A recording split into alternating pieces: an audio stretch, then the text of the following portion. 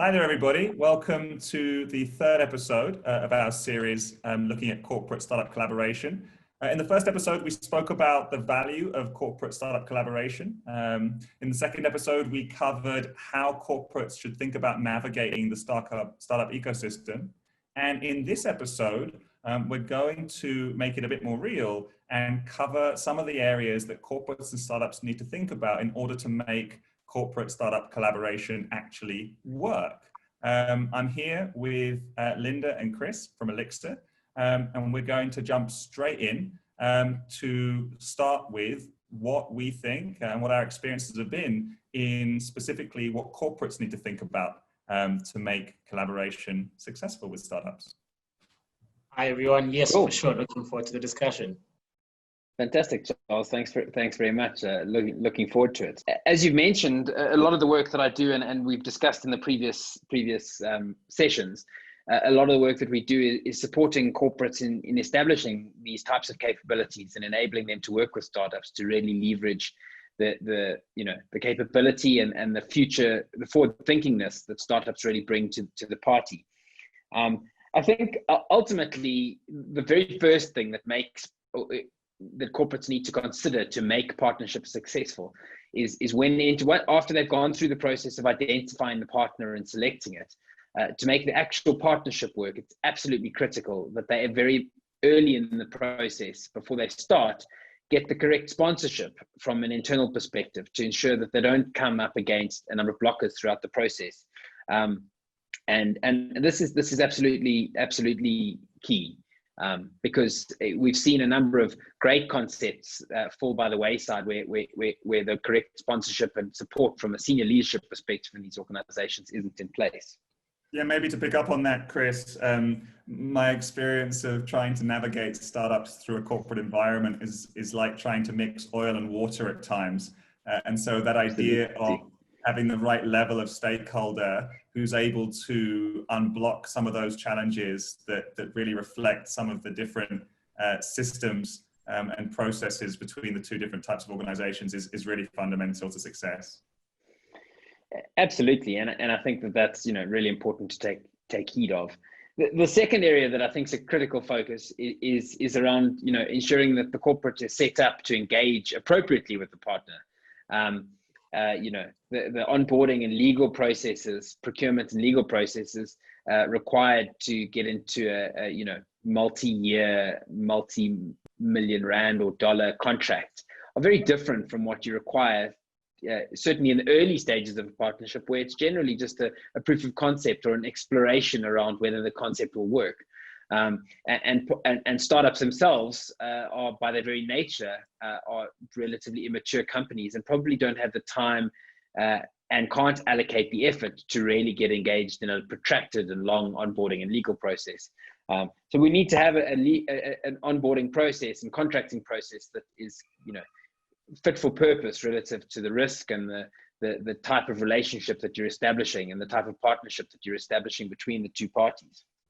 Yeah, I agree with you, Chris. One of our partners has recently redesigned a specific procurement process simply to accelerate the way in which they collaborate with startups. And I reflect on some of our conversations with other organizations, and I would really encourage all corporates to think about their procurement process as the gateway and the first blocker in order to actually elicit a successful partnership. One of the clients we're working with a lot at the moment is doing just that. They've really worked to design a fit for purpose, an alternative procurement and legal process to make sure that these partnerships don't go by the wayside and get stuck in the very early legal stages before they get to even have a chance to prove any value to either organization. And I think it's been a very interesting journey. And ultimately, we found that the legal and procurement representatives in this company are very open to the concept. They just really want to be engaged and briefed properly as to the outcome. It's quite a different outcome from a corporate perspective, and that's important to take into account. So the next focus is that both the corporate and the startup need to be very clear when going into this as to what success looks like, because ultimately success and the way that success is measured from a partnership, a proof of concept with a small startup, is going to be distinctly different from how corporates traditionally see success. Yeah, and I think, just to maybe summarize, just as a point of guidance, usually, I really enjoy the use of the SMART acronym, which essentially means, you got to agree on goals with the corporate that are, very specific to the both of you, really agreeing on what are the couple of things that you're trying to achieve over the next couple of months. These goals have got to be measurable. They've got to be action oriented so that everybody's happy with what is happening, during the partnerships. Once again, they got to be realistic, right? It's a new partnership. You're really trying things out. And yeah, they've got to be time oriented as well, because you're trying to achieve, a certain amount of goals within a specific time period. And as long as everybody's keeping each other to, these sort of dimensions of the agreement, then I do think things tend to evolve a lot easier and gel a lot better. Absolutely. I think that's absolutely critical. I think that's right, Linda. Our experience, and it's not just between startups and corporates, it's probably more broad, but when you think about what those KPIs are, for example, one of the businesses in our portfolio is partnering with a corporate at the moment, and the objective is not to demonstrate the value in terms of rands and cents. It's actually to demonstrate validation of the product with the corporate's users and customers. And so the way in which you then need to gear yourself as part of the engagement to track and monitor that is very different. You've got to build it into the plans. And I think that's a different mindset to just kind of getting it done and hoping it will then like move the rands and cents line at the end.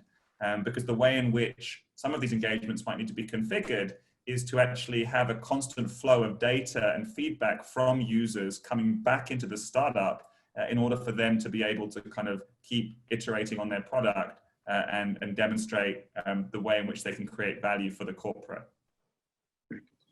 So from a management perspective, I think it's critical that you have the right people in place from the corporate side to enable the partnership to be a success. So you've got your right sponsorship, you've got the air cover in terms of delivering the partnership. But it's important that you have the right dedicated team available and the resources focused on enabling the partnership. And that's the last piece of the puzzle from a corporate perspective, is to really ensure that you dedicate the time and the resources to enable the partnership to be successful.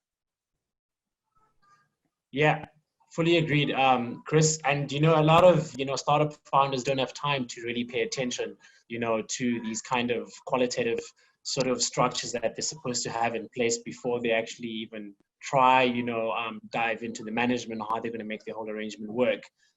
That being said, this brings me to the next section of our discussion is like, what are the considerations for startups? What should be top of mind for them to really make these partnerships work? And I think the first big one is really knowing the right time to actually execute on a partnership or to start chatting about a partnership to a corporate. And, to talk about that further, it's, where are you in your investment round? And we spoke about this in one of our previous chats, are you pre-seed where you're still trying to build up a lot of capital and, still approaching a whole bunch of other investors to try, grow your business and get the kind of funding that you need to be a success? Or are you, have you now received your seed funding, or are you in series A, B, or C, where, usually typically startups in these kind of stages are already fit for purpose, already understand how to, scale and build, and are a lot more suited to sort of slotting themselves into some sort of partnership that can grow their business. To pick up on that, I just want to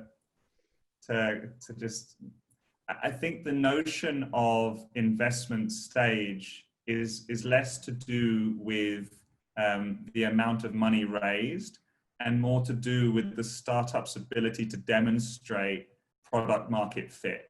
And so just to kind of calibrate what you just said, if a startup is at a seed stage or a pre-seed stage where they might have a product in the market, they might have some users, that doesn't mean a corporate is going to be easily convinced that it will create value for it. And it certainly is unlikely that a large corporate will invest time and energy into piloting something that hasn't had market validation from other places. And so that the kind of message to founders is, if you haven't got some degree of market validation and some demonstration of product market fit, the chances are investing in a 6 to 12 month sales cycle with a large corporate is probably unlikely to yield you the value you're looking for at that point in time. And so it's really a case of like pursuing the right partner for the right stage of your business, and recognizing the value a corporate can add at the right time. Absolutely. Absolutely. And I think that timing is critical. And I also think that the earlier stage at which the corporate engages with the startup, the more mature a view of partnerships the corporate needs to have. And I think ultimately in the early stages, they need to go for the low-hanging fruits, and they need to go for possibly the more iterative relationships, which have less potential for co-design, possibly because the startup will be more mature, their product and their proposition will be more mature. But the chances of success from a corporate that is less mature in delivering and executing on partnerships is very valuable at that stage. Time is up once again, and so I would just think from my side, I think it's been an engaging conversation over the last 3 weeks, and would really looking forward to possibly extending the series and having some other discussions in the near future. Thanks, Chris. Yeah, thanks, definitely. Thanks, Chris. Thanks, Charles. Great. Cheers, guys. Bye. Bye.